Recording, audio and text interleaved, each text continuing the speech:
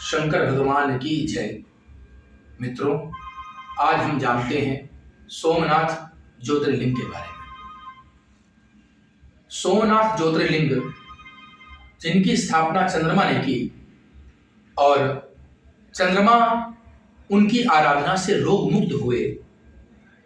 भगवान शिव का आराधन हर व्यक्ति को नवजीवन प्रदान करता है। तो इसके पीछे पुराणानुकथन है। दक्ष प्रजापति की 27 कन्याएं चंद्रमा को ब्याही गई।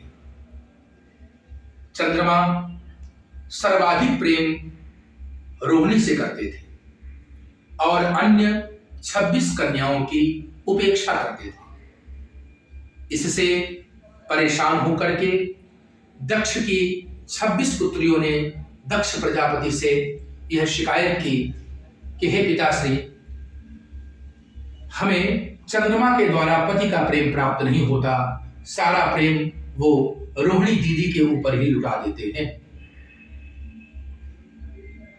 यह बात सुनकर के दक्ष प्रजापति चिंतित हुए और परेशान हुए। उन्होंने चंद्रमा को यह बात समझाई कि उनका कर्तव्य है कि समस्त पत्नियों से वे बराबर प्रेम करें, परंतु चंद्रमा ने उनकी बात नहीं मानी और रोहिणी के प्रति उनका पक्षपात प्रारंभ की तरह चलता गया। धीरे से समय बदलता गया, परंतु कन्याओं की परेशानी समाप्त नहीं हुई। एक बार पुनः उन कन्याओं ने अपने पिताश्री से शिकायत की कि हे प्रभु, हे पिताश्री, हे महात्मन, हे राजन, चंद्रदेव के द्वारा हमें वह सम्मान प्राप्त नहीं हुआ जो हमें प्राप्त होना चाहिए। कन्याओं की इस व्यथा और विरह वेदना को सुनकर के दक्ष प्रजापति अत्यंत क्रोधित हुए और उन्होंने चंद्रमा को क्षय रोगी होने का शाप दे दिया।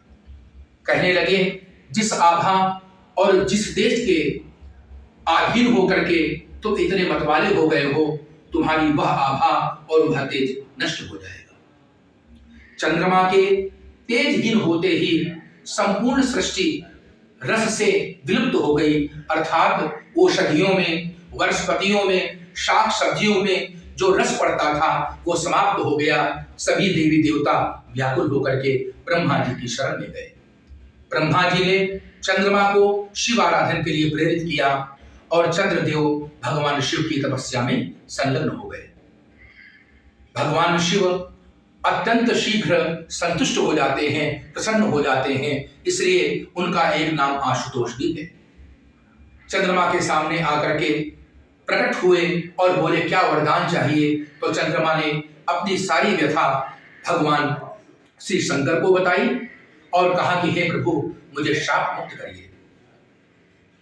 भगवान शिव ने कहा कि मैं दक्ष प्रजापति के शाप को समाप्त तो नहीं कर सकता, पर मैं इसको संशोधित अवश्य कर सकता हूं। इस कारण तुम 15 दिन तक स्वस्थ रहोगे और 15 दिन तक तुम्हें वह शाप पीड़ित करता रहेगा। तभी से मित्रों शुक्ल पक्ष और कृष्ण पक्ष की उत्पत्ति हुई। भगवान शिव के आराधन से चंद्रमा का शाप नष्ट हुआ। इस कारण से चंद्रदेव ने वहीं पर सोमनाथ ज्योतिर्लिंग की स्थापना की। भगवान शिव चंद्रमा से प्रसन्न हो गए। इस कारण से भगवान शिव उनको अपने मस्तक पर धारण करते हैं। देव देव महादेव, देव देव महादेव, शिव शंकर महेश्वर, देव देव महादेव। और यह ज्योतिर्लिंग गुजरात में विद्यमान है, जिसे प्रथम ज्योतिर्लिंग भी कहा गया है। इसके आगे की कथा आपको अगले क्रम में सुनाई जाएगी। बोले शंकर भगवान की